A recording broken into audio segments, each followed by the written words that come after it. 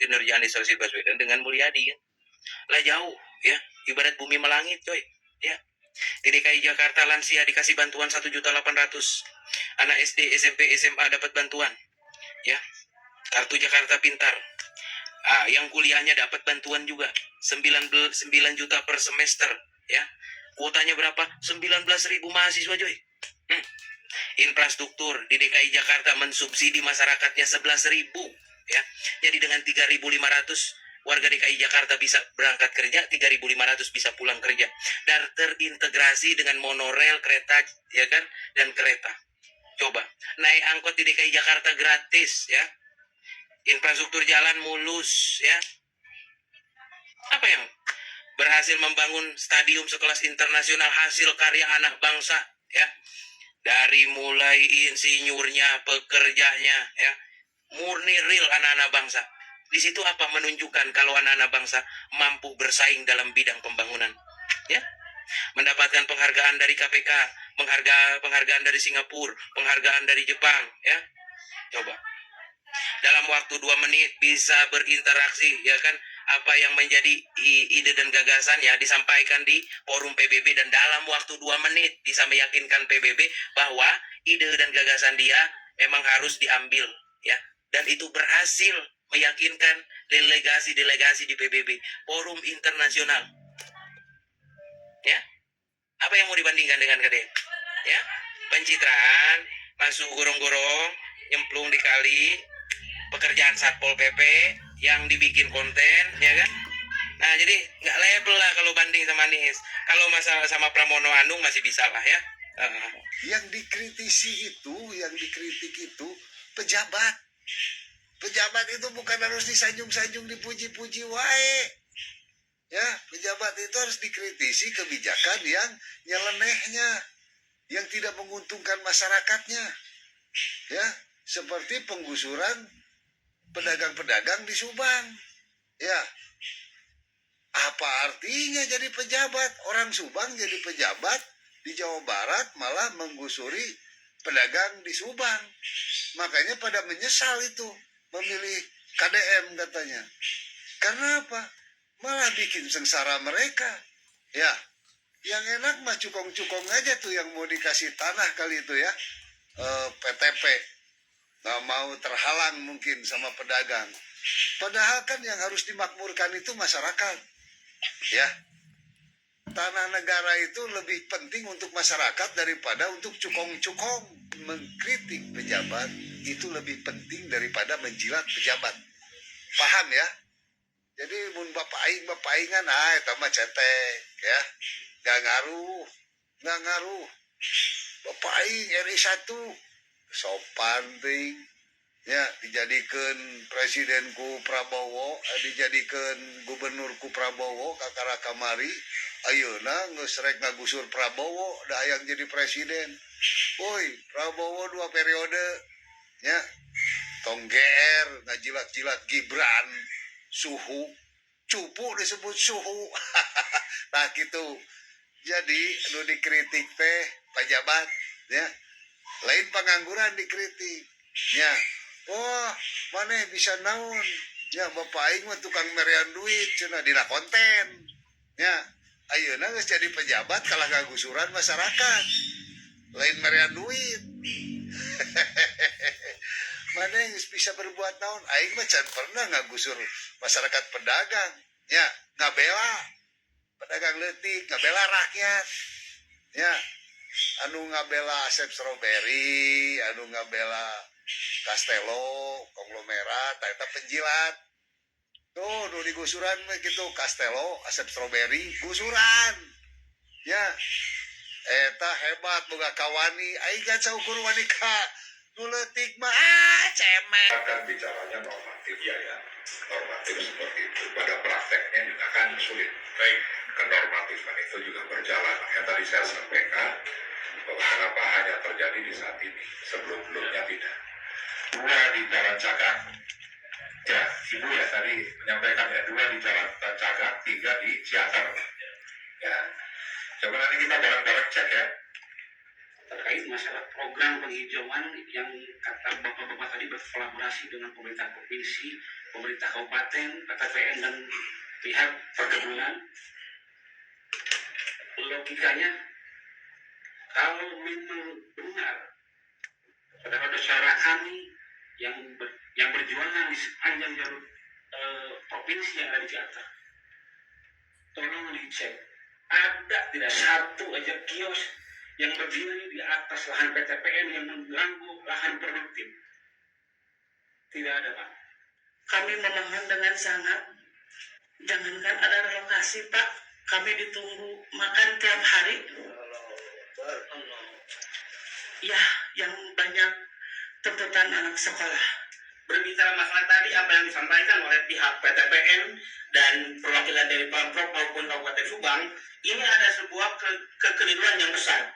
Ketika saya ngobrol dengan pedagang dan mengadvokasi beberapa hari, mungkin kurang lebih dengan hari ini 2 minggu, berbicara apa yang dikatakan tentang pertama oleh PTPN, bahwa surat pertama, surat kedua, surat ketiga itu keluar berkat adanya silaturahmi atau komunikasi awal dengan pihak pedagang. Nah, itu dipolitisasi pimpinan, bahwa pedagang ketika ngobrol dengan pihak PTPN itu berjumlah 7 orang perwakilan, diwakili oleh Kapolri, oleh pihak PTPN dan teman-teman pedagang. Itu tidak ada omongan sama sekali dari pihak pedagang untuk mengiyakan ataupun merelakan kiosnya dibongkar. Tapi dari pihak PTPN khususnya Pak Pulu mengatakan dalam berita acara disebutkan bahwa pihak pedagang siap dibongkar, sehingga turunnya surat SP1, SP2. Begitupun dengan surat SP3 yang sekarang keluar, kita sudah melakukan audiensi dengan pihak PTPN kemarin. Dan kita menanyakan dan menegaskan, dan PTPN menjawab dan kita mendengar, bahwa pihak PTPN tidak akan mengeluarkan surat SP3 dan tidak akan keluar. Tapi buktinya sekarang, pihak PTPN tetap mengeluarkan surat SP3. Itu yang harus kita benarkan sama-sama. Terus berbicara masalah tentang kebijakan yang dilakukan oleh Gubernur Jawa Barat, menurut saya berbicara masalah kita ini hanya dijadikan misalnya menjadi kunci percobaan pimpinan. Karena pada dasarnya apa yang dikatakan oleh pemerintah daerah kabupaten maupun Pemda, saya sangat kritik hati kecil saya. Berbicara masalah konsep dan gagasan ini belum ada, relokasinya belum jelas tempatnya di mana, uangnya dari mana, tapi sudah dilakukan pembongkaran di mana-mana. Seharusnya pemerintah daerah Kabupaten Subang maupun provinsi dan dinas terkait melakukan obrolan bersama dengan kita audiensi terlebih dahulu. Konsepnya seperti apa, bangunannya seperti apa, tempatnya di mana, sehingga kami punya ketenangan dan jawaban atas apa yang akan kita lakukan. Tapi sekarang berbicara masalah di Dawan, Jalan Caga, setelah dibongkar apa kejelasannya? Sudah sejauh mana pembangunan relokasinya? Jangan hanya berbicara masalah relokasi, pembangunan, uang jaminan lain. Kita tidak butuh itu pimpinan. Kita sudah dagang dan kita sudah mandiri. Kenapa kita harus digusur-gusur dengan hal yang lain dengan kebijakan berbicara masalah relokasi? Pemindahanlah kita dari masyarakat dan pedagang siap mengoptimalkan apa program dari pemerintah Kabupaten Subang khususnya KDM dan tidak terkait berbicara masalah optimalisasi perkebunan lah, berbicara masalah tentang kode atau uang estetik, itu menurut saya menggelitik pimpinan. Berbicara masalah relokasi, berbicara masalah mengorbankan hak-hak rakyat dan pedagang hanya dengan kata estetik. Lintas. Siapa yang bisa bicara, siapa yang tidak. Sepakat? Saya tidak gaduh. Ya. Apakah PTPN boleh melakukan kegiatan selain dari perkebunan? Kalau ada, mana aturannya? Sesuai dengan undang-undang, permen yang berlaku. Itu satu. Yang kedua, tadi sudah dibahas. Kenapa saya mengklaim bahwa saya 24 Karena hari ini ketika pedagang digusur ini, Pak, ini tidak ada untuk relokasi bicara dulu. Itu membuktikan PTPN dan duit. Ya, itu. Ini yang terakhir, Pak. Ini solusi cerdas banget ini, Pak. Kita ngobrol dengan para pedagang sangat cerdas banget ini. Dan merapat dengan pendapat hari ini DPD dengan masyarakat, para pedagang. Saya ngobrol banyak dengan pedagang juga. Berharap bisa menghasilkan perusahaan ini dan tetap tidak ada pembongkaran pedagang dari sana. Belum jelas kan relokasinya, belum jelas, siapanya belum jelas, duit agak Warahmatullahi wabarakatuh. Lagi-lagi tentang Kang Ono Surono. Kayaknya Kang Ono Surono tidak pernah bosan untuk berusaha memberikan rapot merah kepada Gubernur Jawa Barat Kang Deddy Mulyadi. Kali ini gerakan Kang Ono Surono adalah dengan rajin menyambangi dan mendatangi pondok-pondok pesantren untuk ngaji kitab kuning, walau alam, untuk memberikan bantuan pada kiai, walau alam. Tapi yang pasti, hadirnya Kang Ono ke pondok-pondok pesantren telah menyebabkan adanya statement-statement dari oknum kiai yang kembali mempersoalkan dana hibah. Dan mereka memberikan cap kepada Gubernur Jawa Barat sebagai gubernur yang tidak berpihak kepada pondok pesantren. Kang Ono berhasil untuk menggosok para tokoh yang katanya para kiai di pondok-pondok pesantren untuk menggonggong, melawan, dan memberikan penilaian negatif terhadap kebijakan Gubernur Jawa Barat Kang Deddy Mulyadi yang sementara ini ya menangguhkan dana hibah yang selama ini diterima.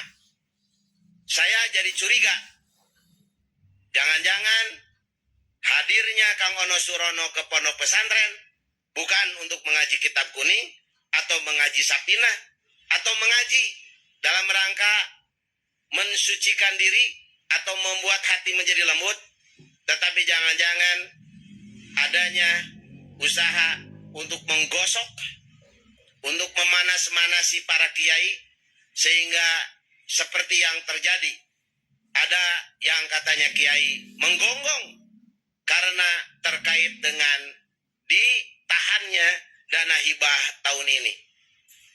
Saya berharap sebagai warga Jawa Barat, dan saya mengajak warga Jawa Barat, mari kita dukung Gubernur Jawa Barat Kang Deddy Mulyadi untuk menertibkan anggaran negara. Jangan sampai anggaran negara ini lari ke kegiatan-kegiatan atau lari ke orang-orang yang tidak tepat. Jangan-jangan anggaran negara selama ini hanya menjadi bancakan orang-orang yang aktif di dunia politik, atau jangan-jangan ya dana hibah yang kemarin tidak tepat sasaran dan hanya dinikmati oleh lembaga-lembaga yang dia sendiri memiliki jabatan di pemerintah Provinsi Jawa Barat, ya, yang dalam hal ini bekerja sama dengan anggota-anggota legislatif yang sama-sama menikmati dana hibah. Saya setuju mendukung kebijakan Gubernur Jawa Barat Kang Deddy Mulyadi yang ingin menertibkan dana hibah, sehingga dana hibah yang disalurkan benar-benar tepat sasaran, sehingga betul-betul berkeadilan sosial dan dinikmati oleh seluruh warga Jawa Barat. Terima kasih. Mudah-mudahan Gubernur Jawa Barat dengan kebijakannya tetap istiqomah berpihak kepada rakyat. Atur nuhun. Assalamualaikum warahmatullahi wabarakatuh. Lihat KDM itu tidak pantas menjabat sebagai Gubernur Jawa Barat. Karena apa? Karena beliau itu sosok yang memang sudah berintegritas. Beliau orangnya cerdas, kita akui bareng-bareng cerdas. Pemberani, tegas, dermawan, tidak mata duitan, tidak menjadi budaknya dunia. Ataupun beliau itu ada kemauan untuk membuat masyarakatnya itu makmur, keadaannya lebih baik, baik dari segi pendidikannya, dari segi ekonominya, ataupun dari segi pelayanan-pelayanan yang lain yang memang dibutuhkan oleh masyarakat. Makanya beliau lebih pantas untuk menjabat Presiden Republik Indonesia di tahun-tahun ke depan. Makanya yang memang berkeinginan KDM untuk menjadi presiden, di tahun-tahun yang akan datang ini di follow, komen dan share video-video yang ada kaitannya untuk kedepannya KDM untuk bisa lebih viral sehingga masyarakat secara lebih luas tahu tentang keberadaannya sosok KDM. Terima kasih. Selamat berjuang KDM. Jangan putus asa, jangan gampang menyerah dengan nyinyiran orang-orang yang memang sudah nyinyiran. Rumah saya bisa penuh sama orang, Bu, besok. Yang tiap punya utang nanti datang ke rumah saya, lebih bahaya. Ya, saya fokus ini aja. Ya, tapi kalau saya bekelin ibu pulang buat bis, buat tiket pesawat, saya biasa ya. Tapi yang lain-lain kita enggak. Ya, oke, nanti diinin ya, Bang Di. Ibu mau pulang kapan? Ya kalau sudah selesai. Ya udah selesai. Ibu bisa pulang besok ya. Jadi besok saya pekenin tiket pesawat ya.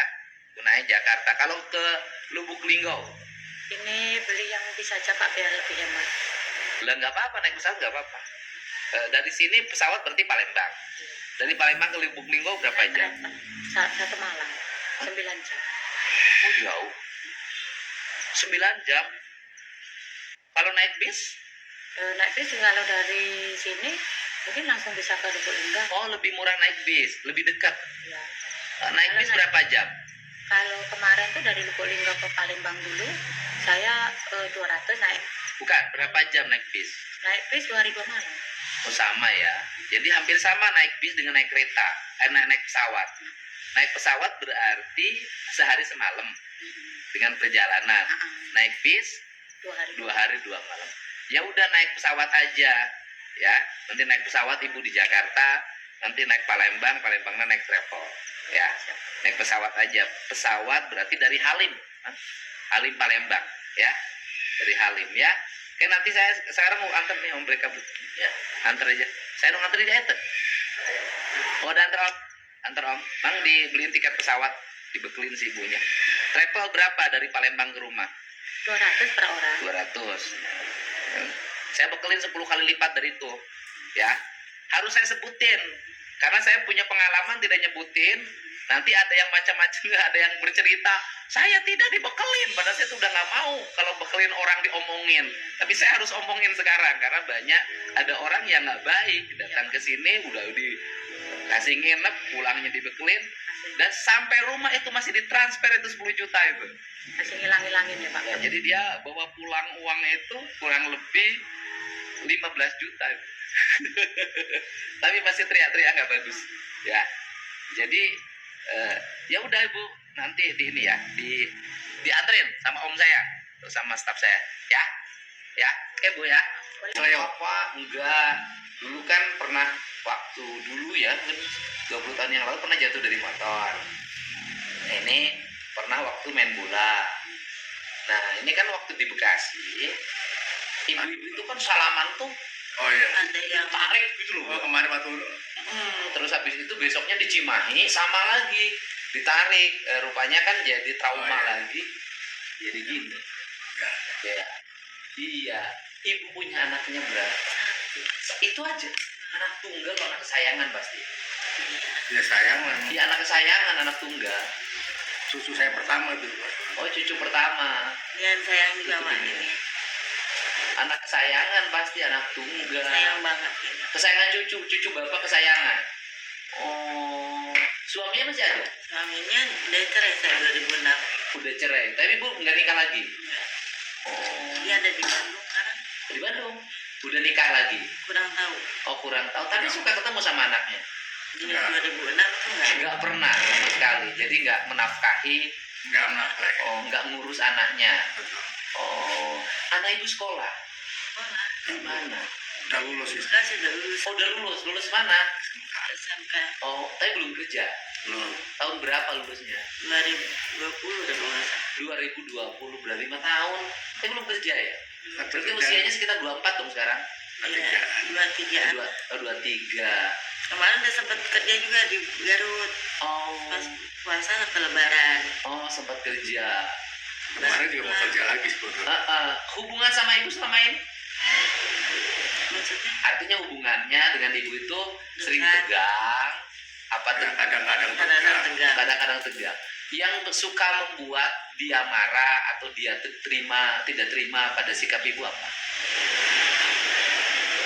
Kalau permintaan dia nggak terpenuhi, Oh, ya itu pasti. Emang suka minta apa? biasa duit lah kalau dia Oh, duit. Ibunya kerja. tidak. Rumah tetangga sih. Suka kerja apa? Di rumah tetangga bantuin mak bikin kue kayak gitu. Oh, bantuin tetangga. Kan udah 23 tahun. 23 tahun masih minta uang sama ibu. Merokok. Tapi suka minum nggak? Kalau di rumah minum air ya. Oh, di luar. Di luar? Di luar. Masuk minuman keras maksudnya. Kalau minum air putih di rumah iya. Iya, kalau di luar Kurang tahu. pernah nggak kelihatan dia pulang dari di luar, pulang malam? Kalau mabuk kan udah ketahuan dari wanginya. Ini enggak. Enggak ya. Atau pulang marah-marah ketika malam? Enggak pernah. Terakhir marah dia paling tinggi kapan? Kemarin ini Sebelumnya? sebelumnya pernah juga tapi Sebelumnya marahnya apa? enggak separah ini kemarin. Oh. Yang pertama Sebelumnya marahnya kenapa? ya karena uang lagi. Minta uang sama ibu. Kalau minta uang berapa sih? Ya, paling besar tuh 50 kalau nggak satu paling besar. Kemarin cuma 30.000. Minta ke ibunya 30 kemarin. Kita lagi nggak punya uang juga. Ya 30 kalau nggak ada kan jadi gede, Bu. Iya. 1 juta kalau ada kecil. 30 kalau nggak ada. Oh, waktu itu minta ke ibu 30.000. Buat apa? Jajan. Hah? Kalau kerja dia bilang Ongkos kerja. Mau kemana? ke Islamik, Kerja apa di Islami? warkop.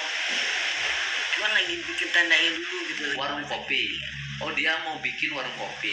Kerja di warung kopi. Oh, kerja di warung kopi. Sama siapa dia kerja? Sama Pak Hasakur. Sama Pak Syakur. Oh, dia mau kerja sama Pak Syakur di warung kopi. Minta 30.000 sama ibu. Iya. Terus Kan aku bilang ada sepeda itu di rumah, pakai sepeda aja dulu. Oh. Nggak mau udah capek, dia kan lupa ketemu sama orang banyak nanti bau badannya. Dia kan. Oh, oleh ibu disuruh naik sepeda. Iya, Kata dia capek. capek. Terus kemudian nanti bau badannya. Terus kata ibu gimana? Ya nggak apa-apa itu kan buat kesana itu nggak apa-apa. tetap saja memang Terus Saya kan minta uang kasih motor 30. kemana-mana. Akhirnya kasih pinjam motor. Kasih motor kemana-mana nggak ada. Oh, Kita pinjam nggak motor. nggak punya apa-apa, nggak punya motor, nggak punya apa-apa. Oh, Kasih motor nggak ada, pulang jamu. Kayaknya gitu. pinjam motor. Dia akhirnya nyari motor. Ini disuruh emaknya yang nyari motor. Oh, ibunya disuruh cari pinjaman motor. Ya Allah ya Rubi, dasar anak manja. Manja anak tunggal, tuh saya tahu. Anak tunggal. Ibu disuruh cari motor. Ya ke tetangga. Ke tetangga nggak dapat. Akhirnya dia marah. ya gimana? Aku naruh apa nggak ada aja bisa begini taruh begini. Cuman dia pikir tuh kok ngebanting, ada yang bilang kok ngebanting handphone gua, enggak ngebanting handphone kamu. Oh, dia lagi pegang handphone. Aku yang megang handphone, aku taruh Oh, handphonenya handphone siapa? handphone anak saya ini, Handphone ibu. kan handphone anak saya. Oh, handphone ibu. Handphone anak ibu dipegang sama ibu. Handphone di mana? Ada aman.